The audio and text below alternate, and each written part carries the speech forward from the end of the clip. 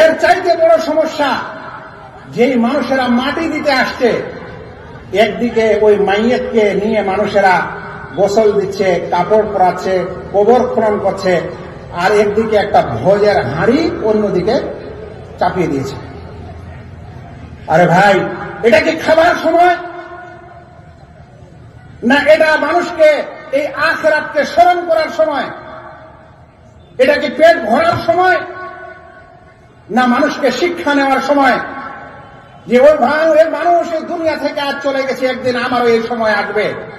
আপনি আপনার পেটটা নিয়ে হাজির হয়েছেন। আর গ্রামের মানুষেরা আমরা মানুষ, কোরআন ও হাদিসে কি এসেছে যে একটা মুসলিম ভাইয়ের হক অধিকার হচ্ছে ও মারা গেলে ওর জানাজায় শরীক হওয়া। জানাজায় শরীক হওয়া মানে কি ভাত খেতে আসা? জানাজায় শরীক হওয়া মানে কি ভাত খেতে আসা? আপনি আপনার এই সওয়াবের আশায় এই মুসলিম ভাইয়ের হক আদায় করার জন্য আপনি ওইখানে আসবেন, আসার পর জানাজায় শরীক হবেন, জানাজার নামাজ পড়বেন। আরো সওয়াব চান, আপনি মাটি দিবেন। আরো সওয়াব চান, মাটি দেওয়া শেষ হওয়ার পর সেই ভাইয়ের জন্য ইস্তেগফার করে আপনি আপনার বাড়ি যাবেন। আপনাকে খাওয়ার জন্য হতে কোনো চিন্তা। এদিকে সমস্ত গ্রামের মানুষ কেউ আবার টাকা তুলে, আর কিছু কিছু জায়গায় আবার পুকুর থেকে মাছ তুলে, আবার গরু জবাই করে। এই সকল খাওয়া দাওয়ার আড্ডা কখনো জায়েজ নয়। আশ্চর্যের বিষয় হলো, আজ মানুষ মারা যাচ্ছে, তাকে দফন করতে এসেছে, কিন্তু ভাই মনে কোনো অনুশোচনা নাই। ওখানে এসে সব গল্পের হাঁড়িটা শুরু করছে, এক অপরের সঙ্গে হাসি রহস্য করছে, এক অপরের সঙ্গে ঠাট্টা করছে। আর এইদিকে একটা মানুষকে সে জানাজার নামাজ পড়ার জন্য, দফন করার জন্য এসেছে। অন্তরে মৃত্যুর ভয় নাই, অন্তরে আখিরাতে বিশ্বাস নাই, অন্তরে সেই মানুষের জন্য দোয়া নেই। এই সকল মানুষের জানাজার নামাজে এসে কি লাভ?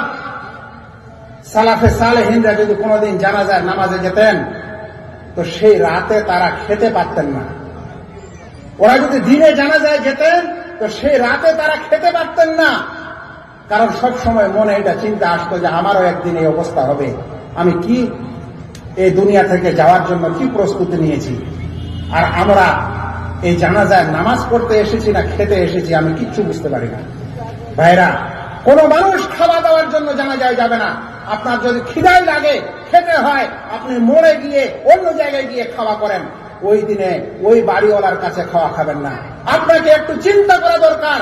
আজ যদি আপনার বাবা মারা যায়, ওর লাশটা যদি আপনার বাড়ির ওই উঠোনে থাকে, আপনার যদি মায়ের সন্তান কোন ছেলে ও মেয়ে মারা যায়, ওর লাশটা যদি এখনো মাটির উপর ঢাকা থাকে, কাপড় দিয়ে ঢাকা থাকে, আপনার মা যদি মারা যায়, সেই মায়ের লাশ এখনো উপরে আছে, আপনার যদি এরকম কোন আরো নিকট আত্মীয় মারা যায়, আর ওই সময় যদি আপনাকে বলা হয় যে খাওয়ার হাঁড়িটা কোথায় আছে একটু বের করেন, আপনাকে কেমন লাগবে ভাই?